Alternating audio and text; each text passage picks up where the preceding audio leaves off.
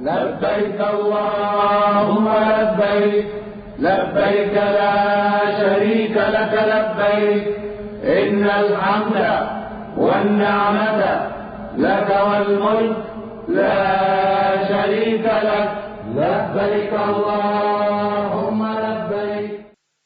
السلام علیکم ورحمۃ اللہ وبرکاتہ. نحمده ونصلي على رسوله الكريم. اما بعد فاعوذ باللہ من الشیطان الرجیم. بسم اللہ الرحمن الرحیم. رب اشرح لي صدری ويسر لي امری واحلل عقدۃ من لسانی یفقہوا قولی. چلیے اب حج کا سفر شروع ہوتا ہے. اب 8 ذوالحج آ گئی. اس کو کہتے ہیں یوم الترویہ.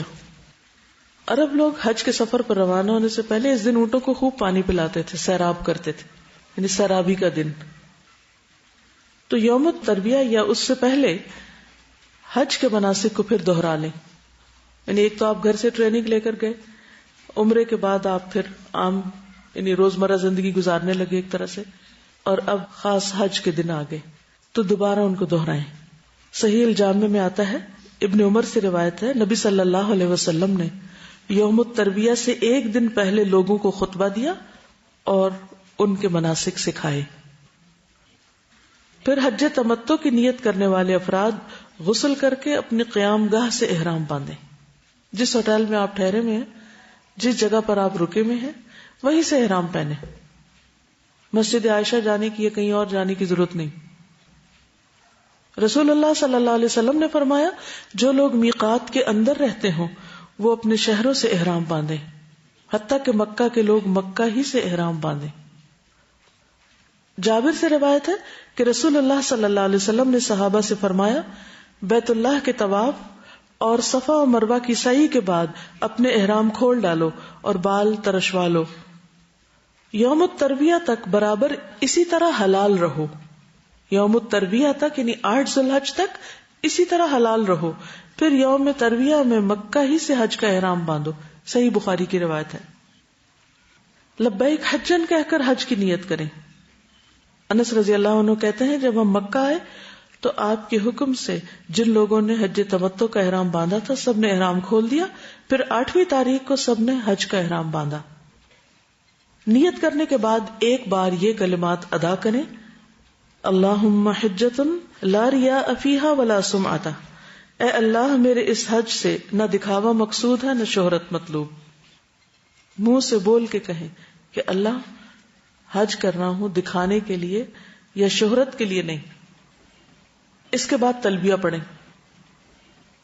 جابر رضی اللہ عنہ نے بیان کیا کہ ہم نبی صلی اللہ علیہ وسلم کے ساتھ حجۃ الوداع میں مکہ آئے.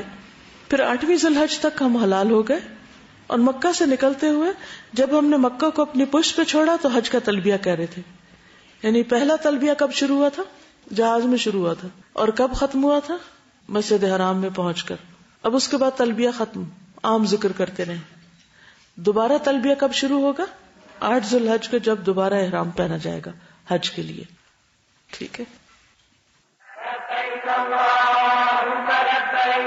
لبيك لا شريك لك لبيك إن الحمد والنعمة لك والملك لا شريك لك لبيك اللهم لبيك لبيك لا شريك لك لبيك إن الحمد والنعمة لك والملك لا شريك لك لبيك اللهم لبيك لبيك لا شريك لك لبيك إن الحمد والنعمة لك والملك لا شريك لك. ابن عمر رضی اللہ عنہ 8ویں ذوالحجہ میں نماز ظہر پڑھنے کے بعد جب سواری پر اچھی طرح بیٹھ جاتے تو لبیک کہتے. لبیک شروع کب کرنی چاہیے؟ جب سواری پہ بیٹھ جائیں. خواتین حالت حیض میں بھی احرام کی نیت کریں گی. وہ طواف کے علاوہ باقی تمام ارکان ادا کر سکتی ہیں. عائشہ رضی اللہ تعالیٰ عنہ فرماتی ہیں کہ ہم رسول اللہ صلی اللہ علیہ وسلم کے ساتھ حج کے لیے اس طرح نکلے کہ ہماری زبانوں پر حج کے علاوہ اور کوئی ذکر ہی نہ تھا، یعنی تلبیہ ہی تلبیہ تھا. جب ہم مقام صرف پہنچے تو مجھے حیض آ گیا. میں اس غم میں رو رہی تھی کہ نبی صلی اللہ علیہ وسلم تشریف لائے. آپ نے پوچھا کیوں رو رہی ہو؟ میں نے کہا کاش میں اس سال حج کا ارادہ ہی نہ کرتی. آپ نے فرمایا شاید تمہیں حیض آ گیا. میں نے کہا جی ہاں. آپ نے فرمایا یہ چیز تو اللہ تعالیٰ نے آدم کی بیٹیوں کے لیے مقرر کر دی ہے، اس لیے جب تک تم پاک نہ ہو جاؤ طواف بیت اللہ کے علاوہ حاجیوں کی طرح تمام کام انجام دو. شاید اس میں یہی حکمت تھی کہ حضرت عائشہ ہم سب کے لیے ایک نمونہ بن جائے. حضرت عائشہ فرماتی ہیں کہ میں نے نبی صلی اللہ علیہ وسلم کے ساتھ حجۃ الوداع کیا. میں تمتع کرنے والوں میں سے تھی، یعنی وہ حج تمتع کر رہی تھی، اور ہدی یعنی قربانی کا جانور اپنے ساتھ نہیں لے کر گئی تھی. پھر وہ حائضہ ہو گئی اور عرفہ کی رات آ گئی اور ابھی تک وہ پاک نہیں ہوئی تھی. اس لیے انہوں نے کہا اللہ کے رسول صلی اللہ علیہ وسلم آج عرفہ کی رات ہے اور میں عمرہ کی نیت کر چکی تھی. آپ نے فرمایا اپنے سر کو کھول دو، کنگھی کرو اور عمرہ کو چھوڑ دو. میں نے ایسا ہی کیا. پھر میں نے حج پورا کیا. اور پھر انہوں نے عمرہ کب کیا تھا؟ جب سب لوگ واپس جا رہے تھے تو اس وقت آپ نے عمرہ بھی کیا، کیونکہ سب عمرہ اور حج دونوں کر رہے تھے، تو انہوں نے بھی پھر واپسی پہ عمرہ کر لیا.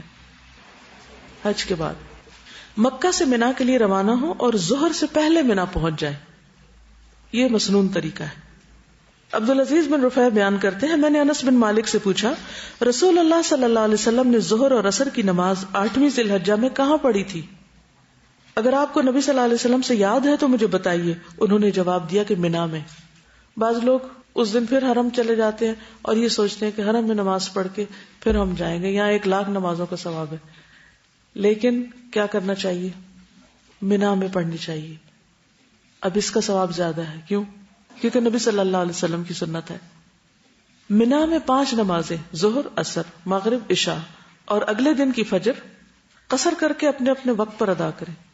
منا میں ظہر اپنے وقت پر، عصر اپنے وقت پر، مغرب اپنے وقت پر اور عشاء اپنے وقت پر، اور فجر بھی اپنے وقت پر، لیکن قصر.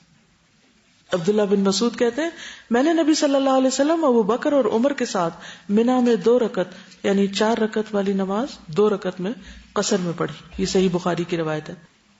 جابر بیان کرتے ہیں آپ نے منا میں ظہر، عصر، مغرب اور عشاء اور فجر کی نمازیں پڑھی، یعنی 5 نمازیں وہاں پڑھی جاتی ہیں اگلے سفر سے پہلے. ابن عباس سے مروی ہے نبی صلی اللہ علیہ وسلم نے منا میں 5 نمازیں پڑھی.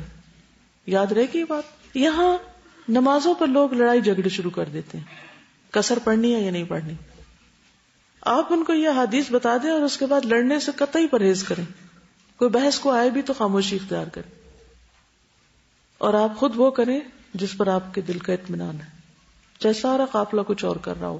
یعنی نماز کے وقت کہ وہ قصر نہ بھی پڑھیں تو آپ اس لیے پڑھیں کہ نبی صلی اللہ علیہ وسلم نے پڑھی تھی. رات کو منا میں قیام کریں.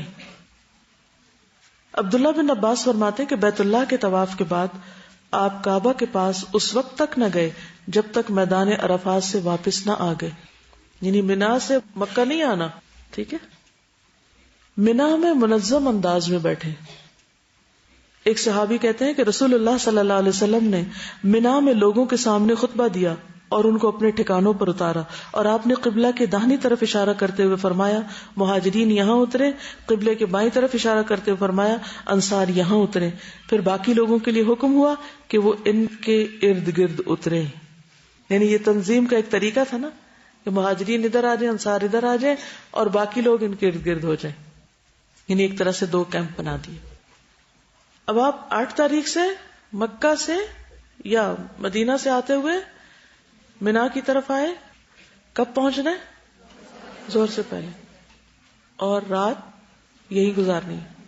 5 نمازیں یہی پڑھنی ہے. یہ 3 اہم کام ہیں. اب صبح ہو گئی، 9 ذی الحج ہو گیا، یوم العرفہ. یہ حج کا اہم ترین رکن ہے، عرفہ کا قیام. اور عرفہ کا وقوف فرض ہے. رہ جائے تو حج ہی نہیں ہوتا، نہ کوئی فدیہ دے کے اس کی تلافی ہو سکتی. عبد الرحمن بن یامر کہتے ہیں میں رسول اللہ صلی اللہ علیہ وسلم کی خدمت میں حاضر ہوا جبکہ آپ میدان عرفات میں تھے. اسی دوران میں نجد کی طرف سے کچھ لوگ آئے اور ان میں سے ایک شخص نے کہا، تو اس نے پکار کر کہا اے اللہ کے رسول حج کیسے ہے؟ تو رسول اللہ صلی اللہ علیہ وسلم نے ایک شخص کو حکم دیا اور اس نے پکار کر کہا حج تو عرفات کا دن ہے، الحج عرفہ. جو شخص مزدلفہ کی رات میں فجر کی نماز سے پہلے پہلے یہاں آ گیا اس کا حج پورا ہو گیا. عرفہ میں وقوف یا عرفہ کا قیام ظہر کے بعد شروع ہوتا ہے. اگر کوئی ظہر سے پہلے عرفہ سے گھوم پھر کے چلا گیا حج نہیں ہوگا. لیکن کب تک رکنا ہوتا ہے یہاں؟ مغرب تک. ہاں اگر کوئی شخص مغرب کے بعد یہاں پہنچتا ہے تو بھی اس کا حج ہو جائے گا. ٹھیک ہے. عبد الرحمن کہتے ہیں میں نبی صلی اللہ علیہ وسلم کے پاس تھا, کچھ لوگ آئے اور حج کے بارے میں پوچھا. آپ نے فرمایا حج عرفات میں ٹھہرنے کا نام ہے. جو شخص مزدلفہ کی رات 9 اور 10 ذی الحج کی درمیانی رات طلوع فجر سے پہلے میدان عرفات میں پہنچ گیا اس کا حج ہو گیا.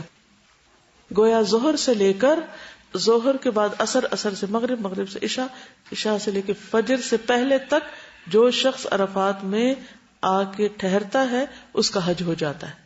واضح؟ اوکے. اب چونکہ حج عرفہ کے دن کے وقوف کا نام ہے تو عرفہ کا دن نہایت اہم دن ہے, بہت ہی فضیلت والا دن ہے. رسول اللہ صلی اللہ علیہ وسلم نے فرمایا اللہ تعالیٰ عرفہ کی شام, عرفہ کی آفٹرنون اہل عرفہ کی وجہ سے اپنے فرشتوں کے سامنے فخر فرماتا ہے. یعنی جو لوگ عرفہ میں ہوتے ہیں ان کے اوپر فخر کرتا ہے اور کہتا ہے میرے ان بندوں کو دیکھو جو میرے پاس پراگندہ حال اور غبار آلود ہو کر آئے. جب آپ مکہ سے نکلتے ہیں نا احرام پہن کے, صاف ستھری چادریں ہوتی ہیں, بہت فریش, خوشی خوشی آپ مینا میں آتے ہیں. مینا بھی صاف ستھرا, بہت اچھے انتظامات ہوتے ہیں. آپ فجر تک نمازیں پڑھ کے جب وہاں سے نکلتے ہیں عرفات کی طرف فجر کے بعد تو کافی لمبی لائنیں ہوتی ہیں, دھوپ بھی چڑھ چکی ہوتی ہے اور اپنی منزل ٹھکانے تک پہنچتے پہنچتے کافی حال خراب ہو چکا ہوتا ہے. اور وہ جگہ ایسی نہیں ہوتی جہاں آپ دوبارہ نہا کے فریش ہو جائیں, نہانے والی کوئی جگہ نہیں ہوتی. آج کے دور میں بھی جہاں اتنے انتظامات ہیں وہاں عرفہ کا دن ہر ایک کے لیے غبار آلود دن ہے, کیونکہ آپ کو 24 گھنٹے ہو چکے ہیں تقریباً احرام پہنے ہوئے, وہی چادریں پہنی ہوئی ہیں آپ نے. اور وہاں ایسا نہیں ہے کہ آپ کسی جگہ گاڑی پر وہیں اتریں گے اور پھر ساتھ ہی بیٹھ جائیں گے. بازو کا دور دور اتارتے ہیں, پھر آپ کو بتایا جاتا ہے فلاں جگہ آپ کا خیمہ ہے, وہاں تک آپ کو پیدل چل کے جانا ہوتا ہے. اور بہت سے لوگ تو مکہ سے ہی پیدل سفر شروع کرتے ہیں, مینا میں رکتے ہیں, پھر وہاں سے پیدل شروع کر دیتے ہیں اور عرفات تک پیدل ہی آتے ہیں. تو بہرحال وہ سب اپنے شوق سے جاتے ہیں, محبت سے جاتے ہیں. اور یہی وہ وقت ہے, یہی وہ دن ہے جس میں سال کے سارے دنوں سے زیادہ بندوں کے گناہ معاف ہوتے ہیں. پورے سال میں سب سے زیادہ جس دن اور جس وقت میں گناہوں کی معافی ہوتی ہے وہ یہی دن ہے. انس بن مالک کہتے ہیں نبی صلی اللہ علیہ وسلم نے عرفات میں وقوف کیا. وقوف کا مطلب کھڑے ہوئے, کھڑے ہو کر دعائیں مانگی, اور سورج لوٹنے کے قریب تھا, غروب کے. پس آپ نے فرمایا اے بلال میرے لیے لوگوں کو خاموش کراؤ. بلال کھڑے ہوئے, کہا رسول اللہ صلی اللہ علیہ وسلم کے لیے خاموش ہو جاؤ. لوگ خاموش ہو گئے. آپ نے فرمایا لوگوں ابھی جبریل علیہ السلام میرے پاس آئے, میرے رب کی طرف سے انہوں نے مجھے سلام کہا اور کہا اللہ تعالیٰ نے عرفات والوں کی مغفرت کر دی ہے اور آپس کے حقوق کی ضمانت دے دی. پس عمر بن خطاب نے کھڑے ہو کر عرض کیا اے اللہ کے رسول کیا یہ ہمارے لیے خاص ہے کہ ہماری بخشش ہو گئی ہے؟ فرمایا یہ تمہارے لیے بھی ہے اور جو تمہارے بعد آئیں قیامت تک ان سب کے لیے بھی ہے. یعنی تمہارے لیے بھی ہے اور جو قیامت تک یہاں آتے رہیں گے ان سب کے لیے بھی ہے. کیا؟ بخشش کا وعدہ.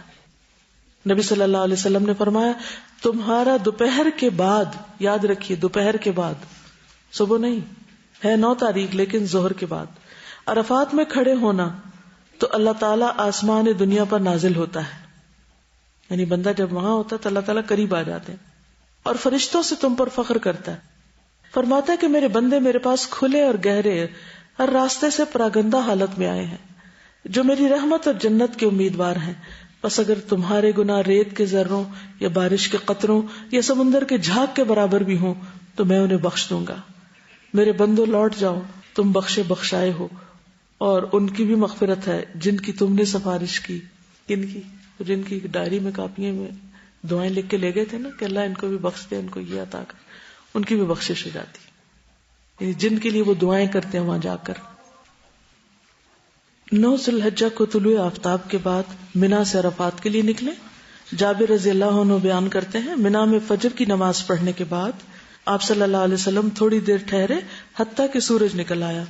آپ نے اپنے لیے بالوں کے بنے ہوئے خیمے کے متعلق حکم دیا اور وہ نمرہ میں لگا دیا گیا جہاں مسجد نمرہ ہے. چنانچہ رسول اللہ صلی اللہ علیہ وسلم چلے اور قریش کو یقین تھا کہ نبی صلی اللہ علیہ وسلم مزدلفہ میں مشعر الحرام کے پاس ہی رک جائیں گے، جیسے کہ وہ قریش اسلام سے پہلے جاہلیت کے دور میں کرتے تھے. مگر رسول اللہ صلی اللہ علیہ وسلم اس سے آگے بڑھ گئے اور عرفات تک گئے، کیونکہ اللہ تعالیٰ کا حکم ہے ثم افیدوا من حیث افاض الناس، پھر وہاں سے پلٹو جہاں جا کر لوگ پلٹتے ہیں، یعنی عرفات تک جاؤ. تو قریش دور جاہلیت میں نہیں جاتے تھے، وہ کہتے تھے ہم سردار قبیلہ ہیں، ہمیں عام لوگوں کی طرح وہاں جانے کی ضرورت نہیں. لیکن حج تو مساوات کا سبق ہے، چاہے کوئی بادشاہ ہو یا فقیر، سب کو اس میدان میں حاضری دینا ضروری ہے، اس کے بغیر حج ہوتا ہی نہیں. منا سے عرفات جاتے ہوئے تکبیر اللہ اکبر، تحلیل لا الہ الا اللہ اور تلبیہ لبیک اللہم لبیک پکارے. محمد بن ابی بکر ثقفی نے بیان کیا، میں نے انس بن مالک سے تلبیہ کے بارے میں دریافت کیا کہ آپ لوگ نبی صلی اللہ علیہ وسلم کے عہد میں اسے کس طرح کہتے تھے. اس وقت ہم منا سے عرفات کی طرف جا رہے تھے. انہوں نے فرمایا کہ تلبیہ کہنے والے تلبیہ کہتے، تکبیر کہنے والے تکبیر، یعنی دونوں چیزیں ہو رہی ہوتی تھی. اس پر کوئی کسی پہ اعتراض نہیں کرتا تھا. تکبیر کیا ہے؟ یعنی اللہ اکبر لا الہ الا اللہ واللہ اکبر وللہ الحمد. اور تلبیہ کے الفاظ تو آپ کو معلوم ہے. مسجد نمرہ میں زوال آفتاب کے بعد خطبہ حج پوری توجہ اور خاموشی سے سننا چاہیے. جابر کہتے ہیں رسول اللہ صلی اللہ علیہ وسلم عرفات پہنچے، آپ نے دیکھا کہ نمرہ میں خیمہ لگا ہوا ہے. آپ وہاں اترے حتیٰ کہ جب سورج ڈھل گیا تو آپ نے اپنی اونٹنی قصواء کے متعلق فرمایا کہ اسے تیار کر دو. اسے تیار کر دیا گیا. آپ اس پر سوار ہوئے حتیٰ کہ وادی ارنا کے دامن میں آ گئے اور لوگوں کو خطبہ دیا. جریر کہتے ہیں نبی صلی اللہ علیہ وسلم نے ان سے حجۃ الوداع میں فرمایا استنصت الناس، تم لوگوں کو چپ کراؤ. اور پھر چپ کرایا گیا اور آپ نے وادی ارنا میں آ کر خطبہ دیا. ظہر اور عصر کی نمازیں ایک اذان اور 2 اقامت کے ساتھ جمع اور قصر با جماعت ادا کریں. یہاں پر نمازیں کیسے پڑھی جائیں گی؟ ظہر اور عصر، قصر اور جمع، ایک اذان 2 اقامتیں. دونوں نمازوں کے درمیان کوئی سنت یا نفل نہیں. جابر کہتے ہیں خطبہ دینے کے بعد بلال نے اذان کہی، پھر اقامت کہی، تو آپ نے ظہر پڑھائی، پھر اقامت کہی، پھر آپ نے عصر پڑھائی، اور دونوں نمازوں کے بیچ میں کچھ نہیں پڑھا، کوئی سنت نفل نہیں. پھر آپ قصواء پر سوار ہو گئے حتیٰ کہ مقام وقوف پہ تشریف لائے.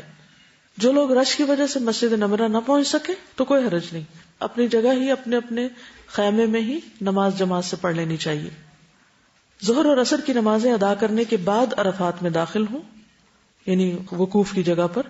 رش کی وجہ سے ممکن نہ ہو تو پہلے بھی داخل ہو سکتے ہیں، کیونکہ بہت سی چیزیں اپنی مرضی سے نہیں آپ کر سکتے، آپ کو قافلے کے ساتھ ہی جانا ہوتا ہے. عرفات کا سارا میدان وقوف کی جگہ ہے. نبی صلی اللہ علیہ وسلم نے فرمایا میدان عرفات سارے کا سارا ٹھہرنے کا مقام ہے. وہاں جبل رحمت پہ چڑھنے کی ضرورت نہیں.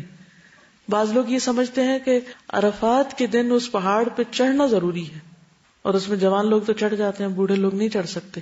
تو اللہ نے بہت رحمت فرمائی ہے بھی جبل رحمت، وہاں خاص رحمتیں اترتی. کہتے ہیں کہ وہاں پر آدم اور حوا آپس میں ملے تھے، اسی لیے اس میدان کو عرفات کہا جاتا ہے کہ ایک دوسرے کو پہچانے تھے وہاں. تو بہرحال ضروری نہیں کہ پہاڑوں پہ چڑھیں یا کسی خاص جگہ پر جائیں، جہاں بھی عرفات میں آپ کو ٹھہرایا گیا وہیں ٹھہر جائیں. ساری توجہ کس پر رکھیں؟ عبادت پر، اور خصوصاً کھڑے ہو کر دعائیں مانگنے پر.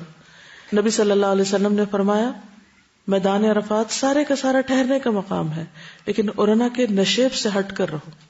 نبی صلی اللہ علیہ وسلم نے فرمایا میں نے جبل رحمت کے قریب وقوف کیا ہے جبکہ پورا میدان وقوف کی جگہ ہے.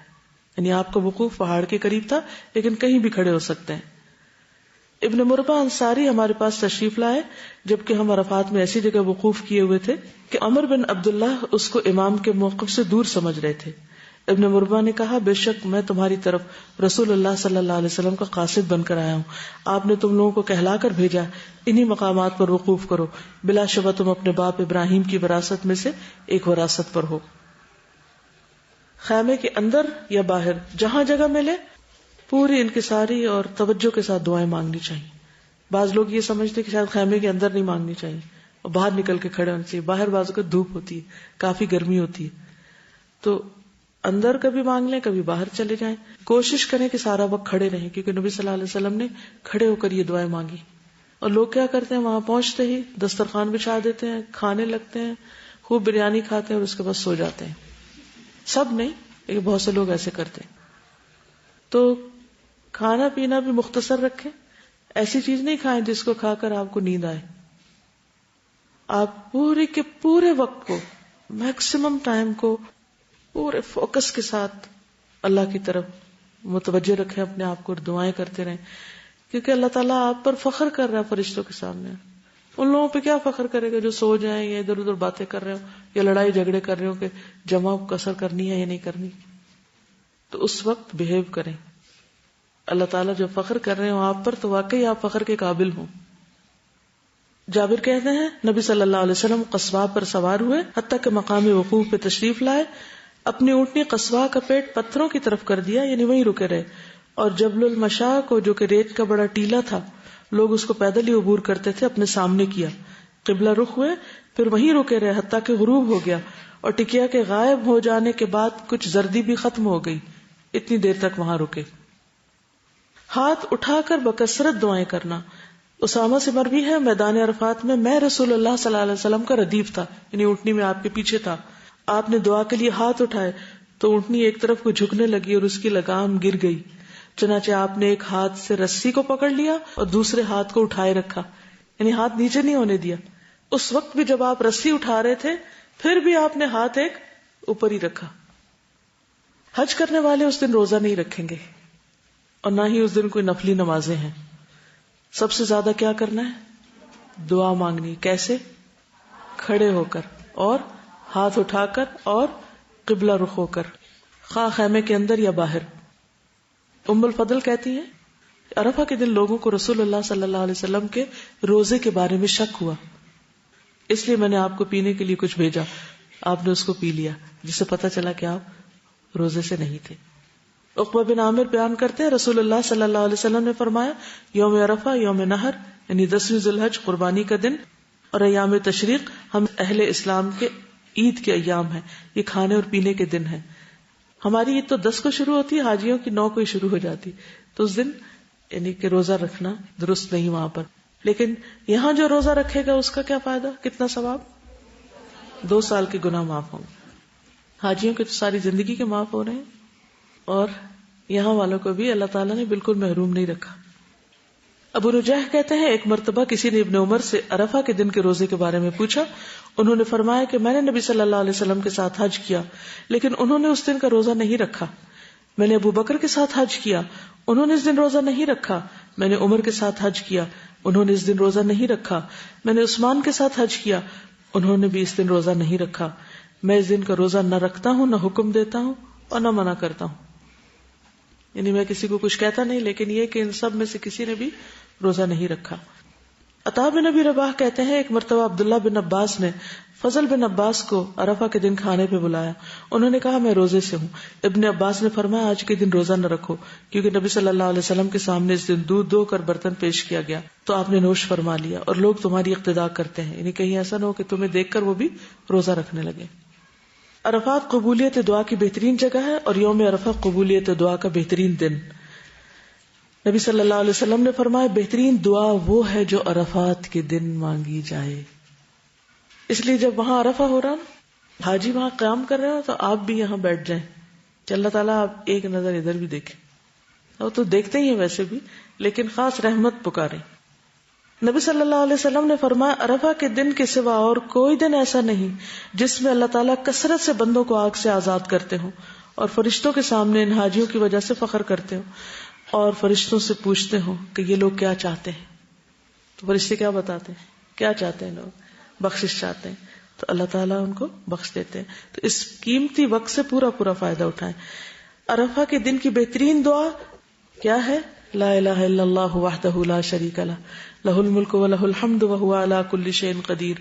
اس میں دعا والی کون سی بات ہے؟ توحید کا اقرار ہے, اللہ کی رحمت کو پکارنا ایک طرح سے, اور یہ کہنا کہ اللہ ہر چیز پہ قادر ہے, تو سب کچھ کر سکتا. وہ جو دل میں خیال آئے اور جو چیزیں ہمیں زندگی مشکل لگتی ہیں وہ کیا سوچ کے انسان مانگے کہ اللہ ہر چیز پر قادر ہے. اوکے, سبحانک اللہم و بحمدک اشہد ان لا الہ الا انت استغفرک و اتوب الیک.